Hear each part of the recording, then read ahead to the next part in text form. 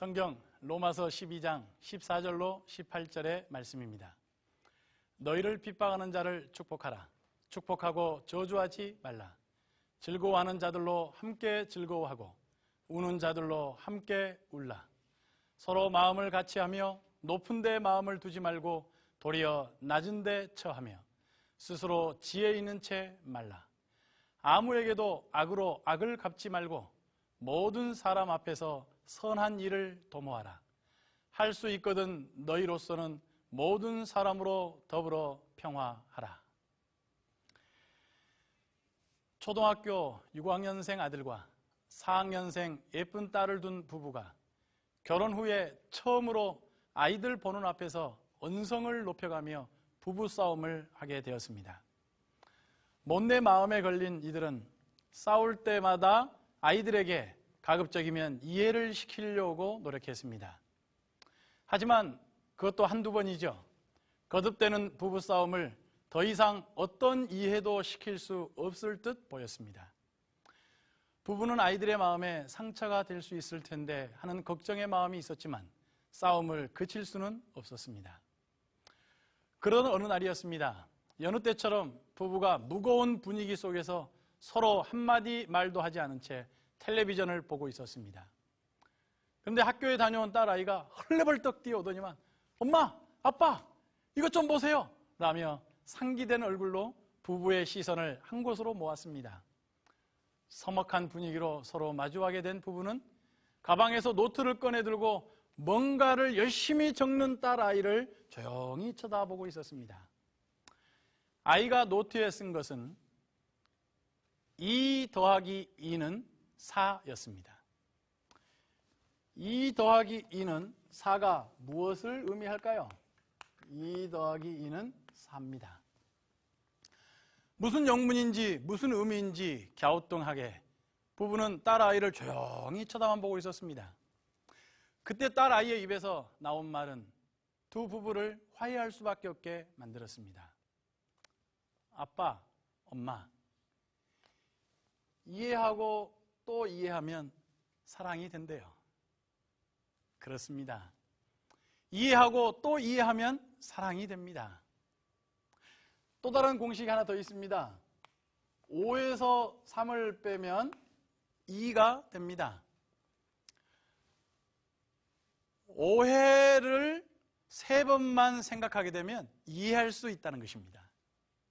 오늘도 이해와 사랑이 우리의 삶을 조금 더 풍요롭고 재미있고 행복하게 만들어주길 바랍니다. 사랑, 참 잘했어요. 3번째 이야기인 사랑은 다를 뿐이니 잘해야 돼요 이야기를 시작하겠습니다. 다 함께 손을 한번 깍지를 끼워 보십시오. 자, 오른쪽 엄지손가락이 위로 올라가신 분들과 반대로 왼쪽 엄지손가락이 위로 올라가신 분들이 있으실 겁니다. 누가 정상입니까? 네, 저의 손가락을 보니까 오른손 엄지손가락이 위로 올라갔으니까 왼손 엄지손가락이 위로 올라가신 분들을 향해서 제가 당신들은 다 비정상입니다 라고 한다면 여러분들 기분 좋으시겠습니까? 맞는 말입니까? 어처구니 없는 주장이죠. 질문 하나를 더 드립니다. 어떤 과일을 좋아하십니까? 사과, 배, 홍시감. 내가 좋아하는 과일을 상대방이 안 좋아하니 저 사람은 틀렸다라고 말할 수 있습니까? 그렇지 않습니다. 이왕 질문 나온 것 조금 심각한 질문을 하나 드리고자 합니다. 태어나 보니 피부 색깔이 다릅니다. 피부 색깔이 다르니 저 사람은 사람이 아니라고 할 수 있습니까? 아니면 저 사람의 인생은 틀렸다라고 할 수 있을까요? 결코 그렇지 않습니다. 그런데 인류는 결코 그렇지 않는 것을 가지고 싸워왔으며 나와 다른 것이 틀렸다고 주장하며 서로 대립합니다. 기독교 안에 수많은 교파가 있으며 기독교 밖에 수많은 종파가 있습니다. 우리는 다른 사람을 향해 틀렸다라고 하는 논쟁을 이제는 그만합시다. 그 모두의 모습이 이기적이고 집단 이기심으로밖에 보여지지 않을 수 있습니다. 진리를 찾아감은 매우 중요하지만 형제가 형제를 정죄하고 비방하고 심판하는 행위는 하나님께 맡기셔야지 우리가 하려고 해서는 안 됩니다. 이 세상에는 둘로 나눌 수 있는 것이 많습니다. 그 가운데 가장 명확한 신뢰는 남자와 여자입니다. 남자는 골치 아픈 일을 당했을 때 머리 아프다고 합니다. 반면에 여자는 가슴이 아프다고 표현합니다. 데이트할 때 여자가 자기 오늘 달 참 밝다, 그지? 라고 하면 남자는 오늘 음력이잖아, 오늘 음력으로 보름이잖아, 이렇게 이야기를 합니다. 남자는 싸울 때 도끼를 들고 나옵니다. 여자는 바늘을 들고 무장합니다. 도끼가 이길 것 같지만 막상막하의 역사입니다. 남자들은 선물을 머리로 계산하고 여자들은 선물을 마음으로 받아들입니다. 남자들은 머리 쓰는 일을 좋아하고 여자들은 마음 쓰는 일을 좋아합니다. 남자는 존경받고 싶어하며 여자는 사랑받고 싶어합니다. 남자는 100마디의 말을 한마디로 줄일 수 있고 여자는 한마디의 말을 100마디로 만들 수 있는 능력을 가지고 있습니다. 남자는 머리를, 여자는 가슴을 중요하게 여깁니다. 남자는 누군가 자기를 필요로 한다고 생각할 때 용기를 얻습니다. 여자는 누군가 자기를 사랑한다고 생각할 때 용기를 얻는답니다. 남자는 자기를 알아주는 사람에게 생명을 바치고 여자는 자기를 사랑해주는 사람에게 삶을 바칩니다. 남자는 허풍기가 있고 여자는 허영기가 있습니다. 당신은 틀렸어 라고 하지 마시고 그 허풍을 칭찬과 용기로 바꾸어서 표현해 줄 때 남자들은 살맛이 나는 것입니다. 당신은 틀렸어 하지 말고 허영을 예쁨과 부드러움으로 표현해 줄 때 여자들은 살맛이 나는 것입니다. 우리 모두 살맛 나는 삶이 되기 위해서 서로가 다름을 인정합시다.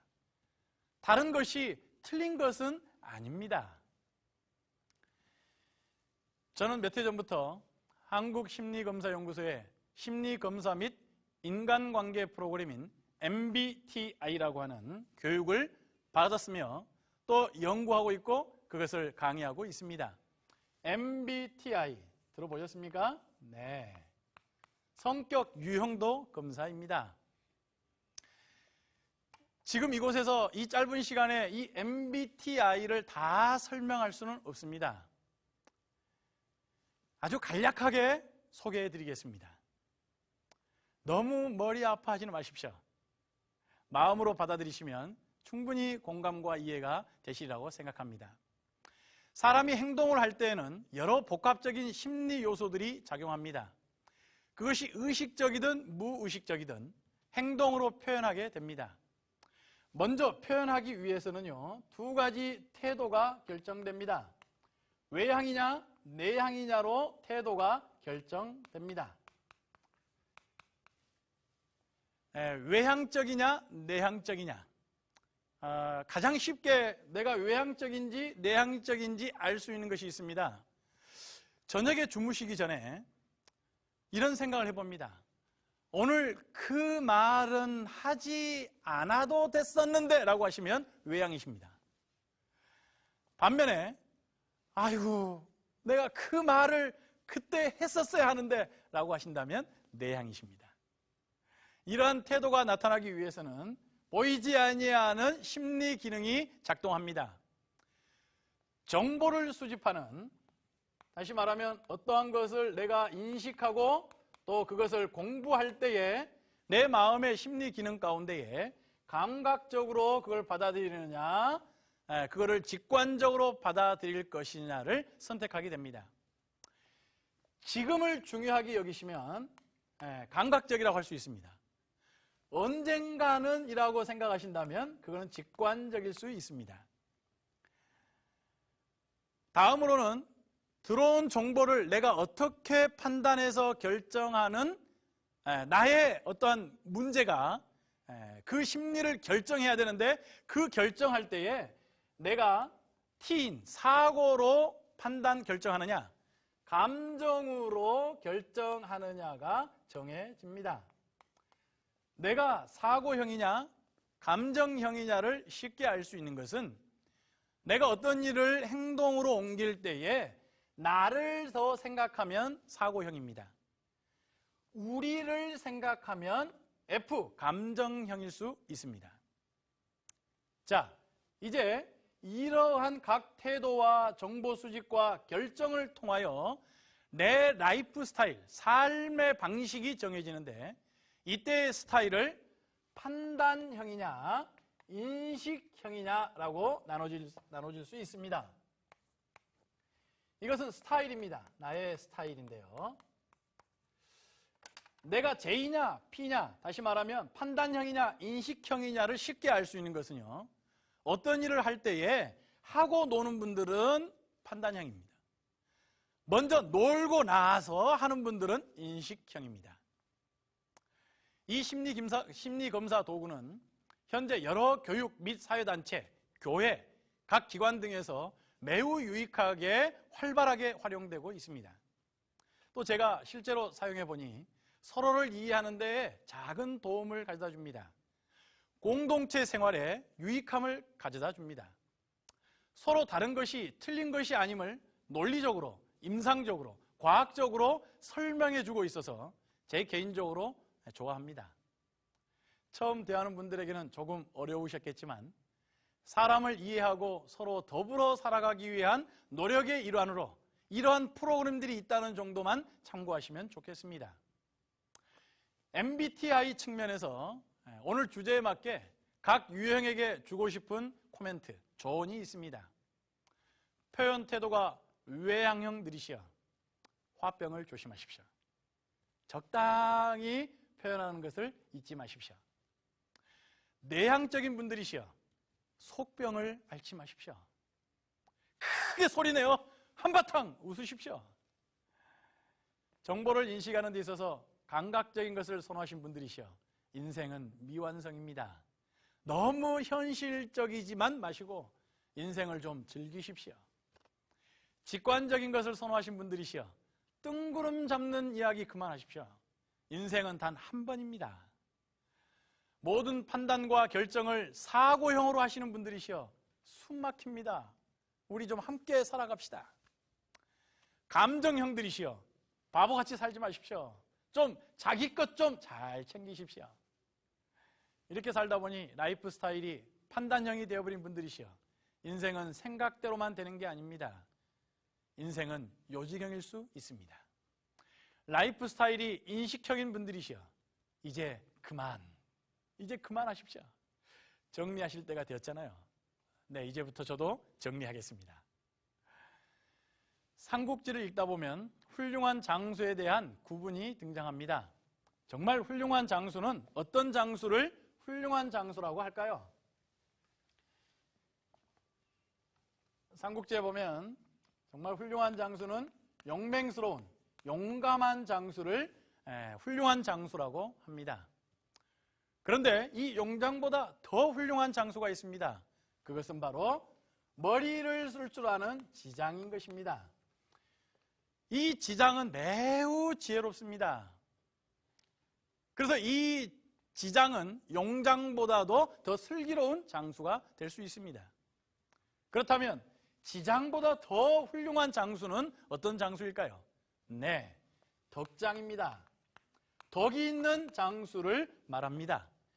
그래서 삼국지에서는 용장과 같은 사람을 장비, 지장과 같은 사람을 관우, 그 다음에 덕장과 같은 사람을 유비라고 하는 것입니다.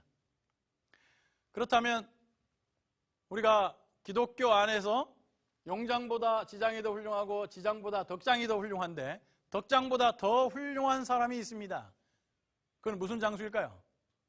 네, 송장입니다. 송장. 웃지 마시고 조금만 더 기다려 주십시오. 송장에 대한 해석을 해드리겠습니다. 인생을 좀 이렇게 구분 지어봤습니다. 10대는 생얼입니다. 다시 말하면 생얼굴이죠. 20대는 화장합니다.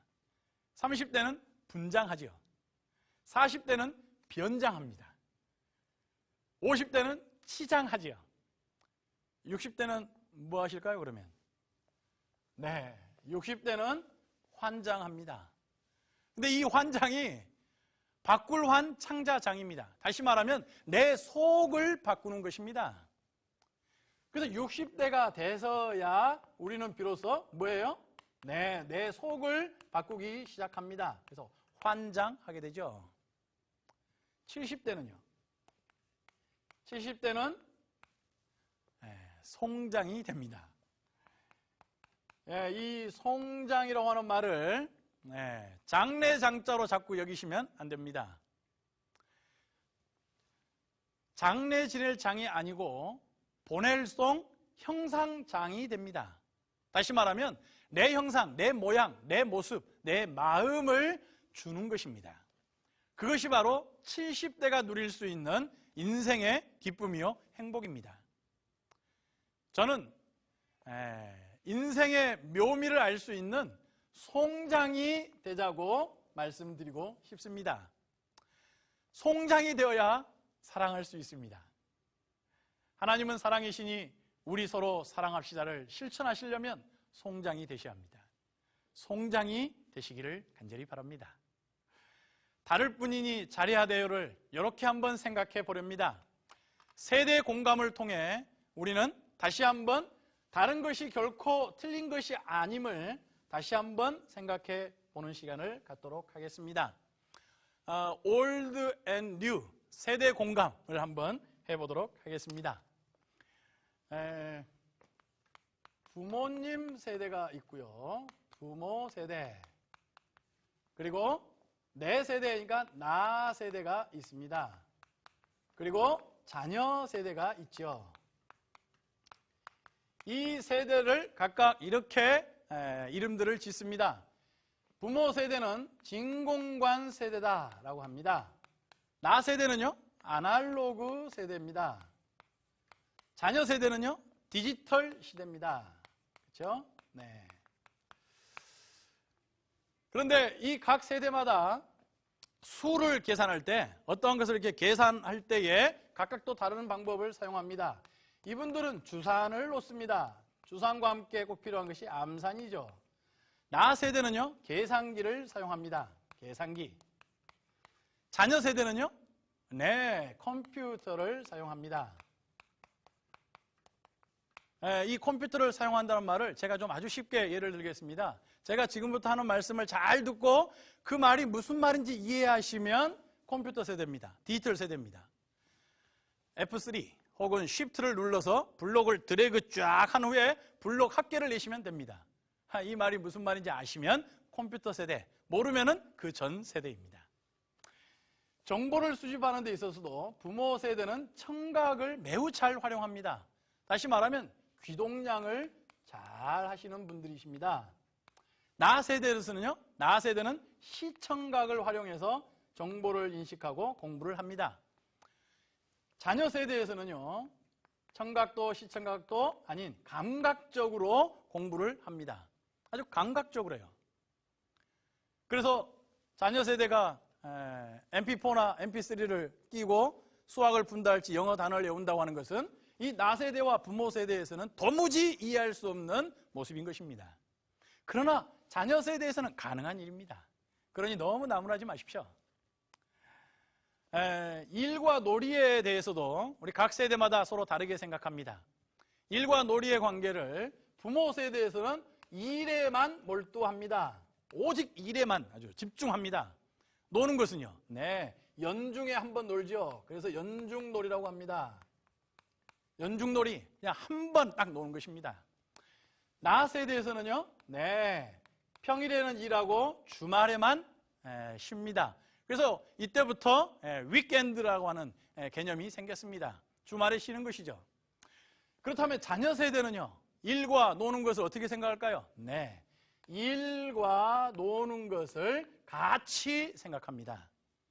그래서 언제부터인가 청소년들이 보기에 일하면서 노는 것처럼 보여지는 직업인 연예인들이 1위가 그들의 꿈이었습니다.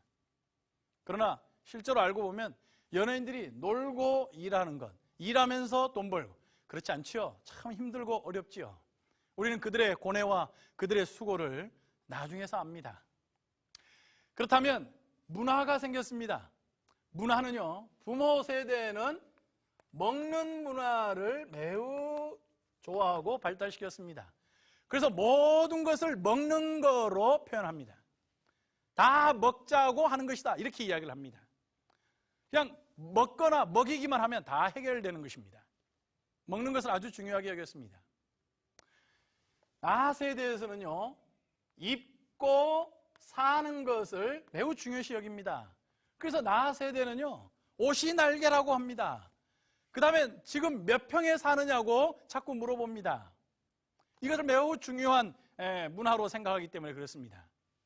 자녀 세대는 그렇지 않습니다. 자녀 세대는요, 문화를 창조해 가는데 문화가 곧 그들의 양식이라고 생각합니다. 그냥 문화를 만들어가는 것이죠. 마지막으로 가치관이 꼴지어졌습니다. 부모 세대는요, 가치관이 같아야 좋아하십니다. 가치관이 서로 같아야 좋아하십니다.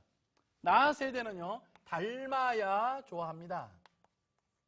가치관들이 이렇게 달라졌습니다. 같아야 되고 닮아야 되고, 그렇다면 자녀 세대는요, 가치관이 말이죠, 서로 달라야 좋아합니다. 다시 말하면 이 달라야라는 표현은 튀어야 한다고 하는 것이죠. 내가 부모를 생각한 만큼 자식들은 나를 생각하지 않을 것이라고 생각하며 사는 세대가 나 세대입니다. 이 가운데죠, 가운데. 허리와 같은 세대를 말하고 있죠. 아니면 금강산도 식후경이라고 여기시며 사시는 부모 세대이십니까? 아니면 뭐든지 재미있으면 다다라고 하는 생각을 가진 자녀 세대이십니까? 나이로 나누든 특성으로 나누든 어느 세대이든 상관없습니다. 성경은 에베소서 4장 5절에 주도 한 분이시요 믿음도 하나이요 침례도 하나라고 말씀하시니 모든 세대가 old and new가 서로 공감하고 하나가 될 수 있는데 그것이 바로 복음입니다. 하나님께서 제안하시는 방법이기도 합니다. 하나님은 사랑이시니 우리가 서로 사랑하자로 하나가 되자는 것입니다. 구약성경 마지막 말라기서에도 부모와 자녀의 마음이 사랑으로 하나가 되어야 하고, 신약성경 마지막에도 혼인잔치의 비유로 마치면서 하나된 사랑의 회복을 계시하십니다. 부모님도 나도 우리 자녀들도 모두가 하나님을 아버지라고 부르는 것은 우리 모두가 사랑으로 하나가 될 때에 비로소 가능한 일입니다. 패밀리, 가족, 그러죠? 근데 그 패밀리가 Father and Mother, I love you가 패밀리가 되었다고 합니다. 하나님은 사랑이시니 우리가 서로 다를 뿐이니 서로 용납하고 용서하고 용기를 주는 사이가 되자는 것입니다. 사도 바울은 로마서 12장 14절로 18절에서 너희는 모든 사람으로 더불어 평화하라고 충고하면서 사람들과 더불어 평화할 수 있는 비결을 제시해 주었습니다.